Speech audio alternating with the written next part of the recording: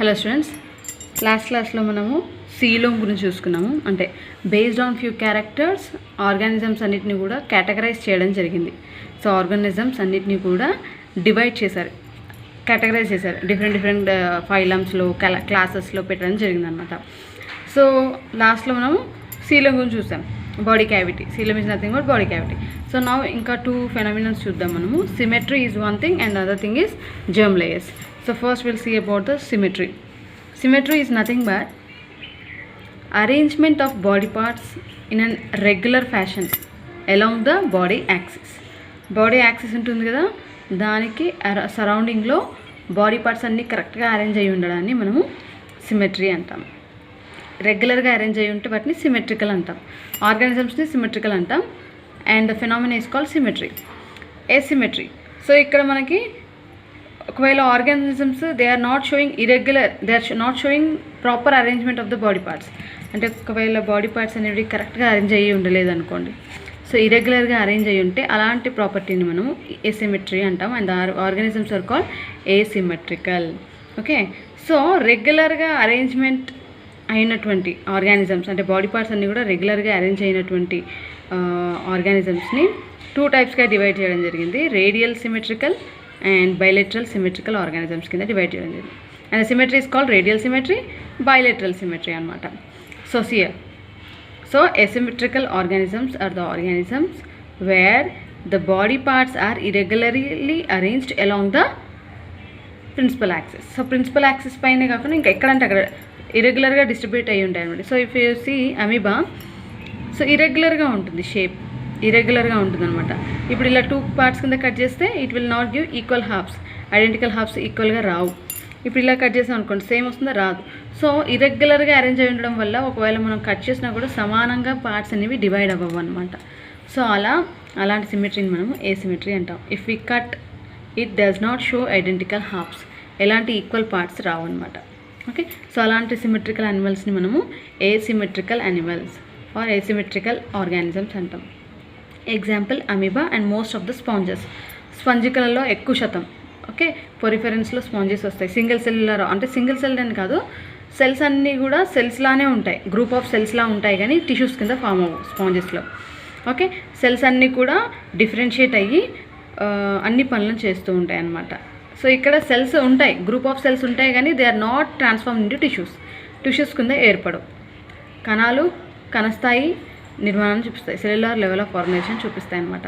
And even amoeba single celled organism, unicellular acellular organism. So అమీబాలో కూడా మనకి ఏసిమెట్రికల్ type of symmetry కనిపిస్తుంది అనమాట. ఓకే, ఇరెగ్యులర్గా అరేంజ్ అయ్యి ఉంటాయి. అంటే మౌత్, ఇక్కడ మౌత్ ఉందనుకోండి, యానస్ అసలు అంటే అదే ఒకవేళ single opening will act like a mouth and anus.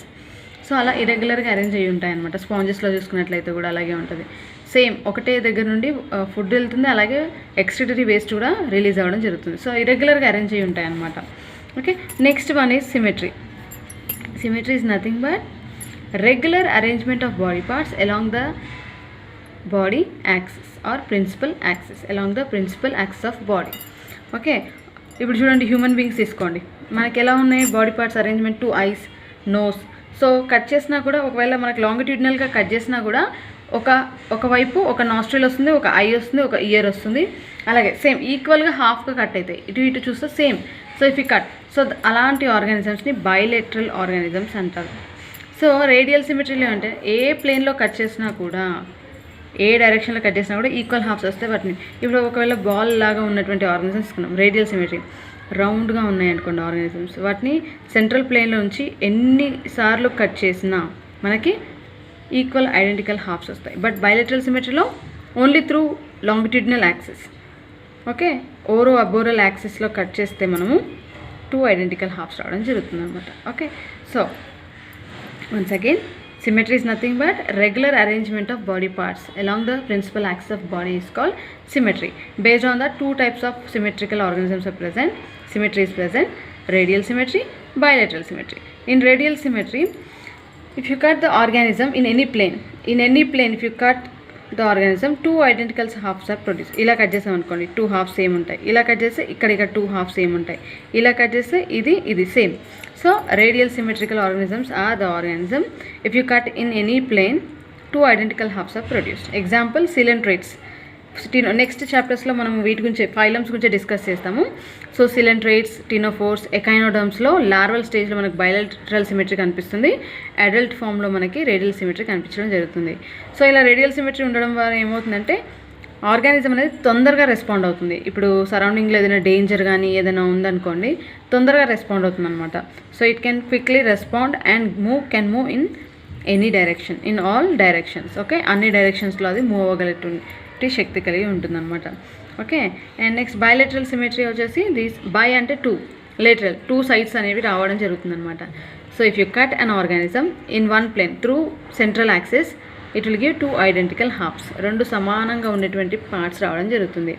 Okay, Platyhelminthes and leads. Okay, ఒకవేళ మనం లాంగిట్యూడినల్ యాక్సిస్లో కట్ చేస్తే ఇటువైపు సేమ్ ఆర్గాన్స్ కానీ సేమ్ అన్నీ ఉంటాయన్నమాట, పార్ట్స్ అన్నీ కూడా. ఓకే, సో అలా సెంట్రల్ యాక్సిస్ వైపు కట్ చేస్తే if you cut through the central axis two identical halves are produce. Example, Platyhelminthes annelids, Arthropoda, phylum Hemichordata, Chordata. Okay, so this is about the symmetry.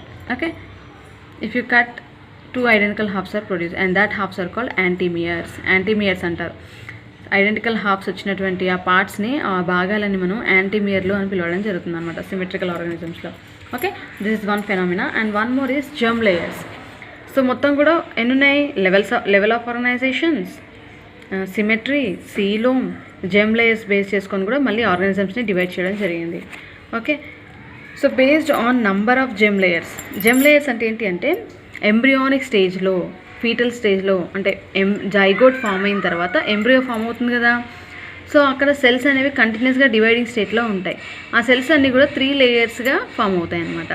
ఆ 3 లేయర్స్గా form అయినటువంటి ఆ లేయర్స్ని మనం gem layers అంటాం అనమాట. ఆ gem layers నుంచి మనకి different organs produce అవుతాయి.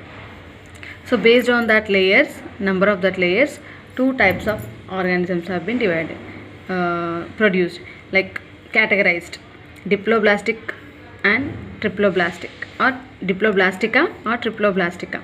Okay, di అంటే 2, tri అంటే 3 జెమ్ లేయర్స్ ఉంటాయి ఇక్కడ. Okay, outer ecto, middle meso and inner endo. ఇక్కడ మీసోగ్లియా ఉండదు, మీసోడోమ్ ఉండదు, మిడిల్ మీసోడోమ్ ఉండదు. దీని బదులు mesoderm is displaced by characteristic tissue, undifferentiated tissue called mesoglea. Okay, so diploblastic animals లో 2 germ layers ఉంటాయి, outer ectoderm, inner endoderm. But mesoderm అనేది characteristic tissue ద్వారా రిప్లేస్ అవుతుంది. మీసోడర్మ్ అనేది ఉండదు ఇక్కడ. Mesogleal tissue, undifferentiated tissue called mesoglea is present here. So అలాంటి ఆర్గానిజమ్స్ని diploblastic organisms, and that phenomena is called diploblastica. And the organisms which will show that is Porifera, Coelenterata, ctenophora.